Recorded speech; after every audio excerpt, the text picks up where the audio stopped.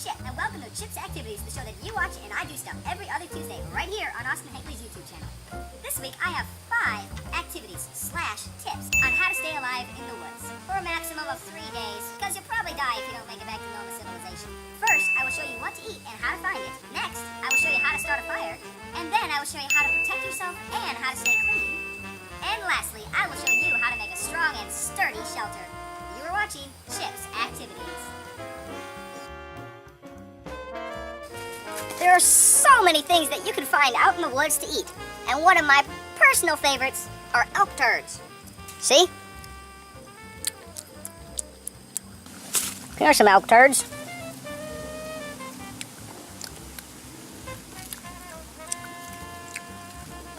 You can find elk turds pretty much anywhere that elks are. I mean, elks have been. They're so good. One thing you need to remember when you're eating elk turds is to make sure that they are actual elk turds and they are not deer turds, because deer turds are fatal. If you eat deer turds, bad. You're gonna die, maybe.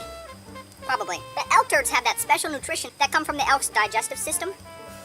In the deer, there's this poisonous stuff in the intestine that gets on their turd. That's why deer turds are not good for you. But elk turds are very good. These ones are really fresh. They're real good. So that kind of warmness on them, I think we should keep going this way.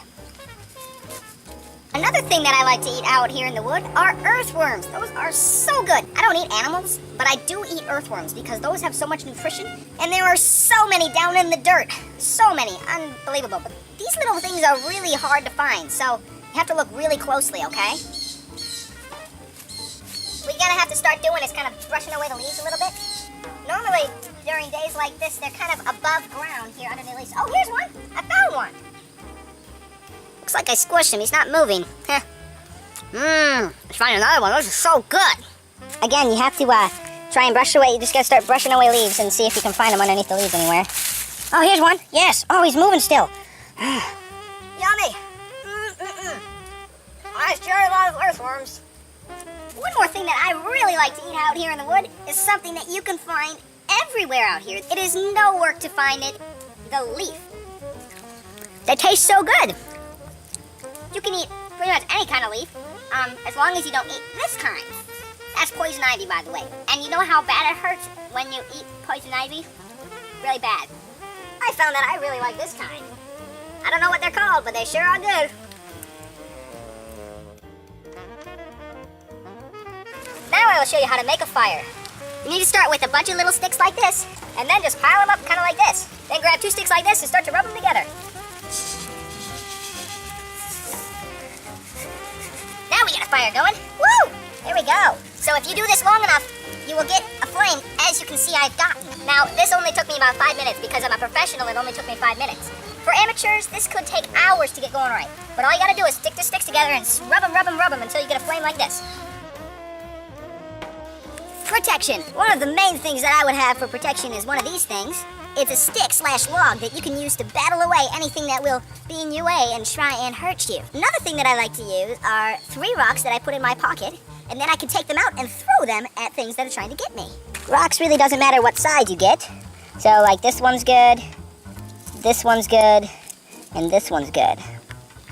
Now we have rocks, and we'll stick those in our pocket. There are a variety of things out here that will try and get you. One of them are bears. My suggestion is if you see a bear, forget the stick and run. No way a bear can catch you. Climb a tree, they can't climb trees.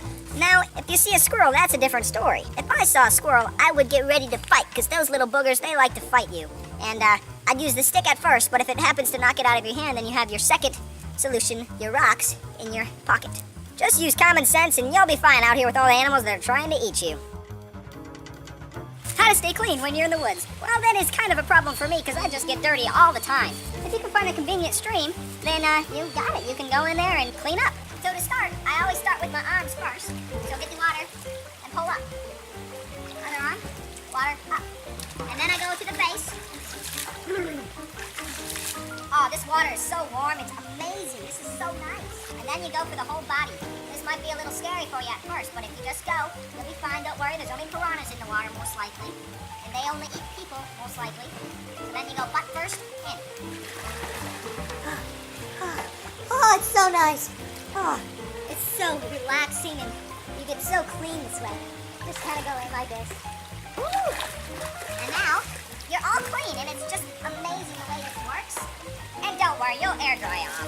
So, for this time of year, it is kind of cold, that's why I'm not still in there, but a couple things you need to remember while you're in the water is there are all kinds of things that could get you in there. There's rocks for your feet, there's piranhas for your everything, and then there's those darn little crawdads. They sure like to pinch your feet. If you see them, hit them with a rock, but don't kill them, you know what I mean? Just knock off their pinchers, because what I always say is, be nice to nature, and nature will be nice to you. Now that you're all wet and cold, you're probably going to want a shelter of some sort. What I would start with is to find a big tree, much like this one, and then to start collecting as many leaves and grass and anything kind of like with the softing for the bottom of your shelter.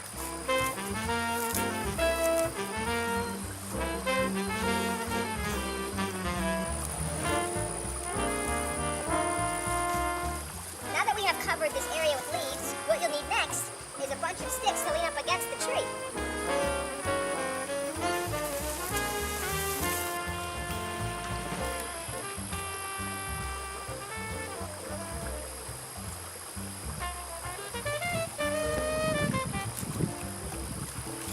Now that you have all the sticks up, your shelter is complete. One more thing you can do with your shelter is you can name it. I'm going to name this one Fort Chip. Fort Chip. Talk about super comfortable. And look at all this shelter you got from all the rain that might come. You know, this will protect you from hail, rain, sunlight, pretty much anything like that. You'll be fine. Well, it's been a fun, natural, and wet day with Chip's activities. I hope you enjoyed my 5 activities/tips today. I hope you never have to use these tips, but if you do, I hope they will help. New videos every Tuesday at 5 o'clock right here on Austin Hegle's YouTube channel. Next week will be the next episode for Austin's old videos. I'm getting ready to hibernate, so in 2 weeks, it will be Season 1's final of Chip's activities. Thanks again for watching, and we'll see you for the last time in 2 weeks. I'm gonna go take a nap. I'm getting tireder and tireder every day. Hibernation's coming. Woohoo!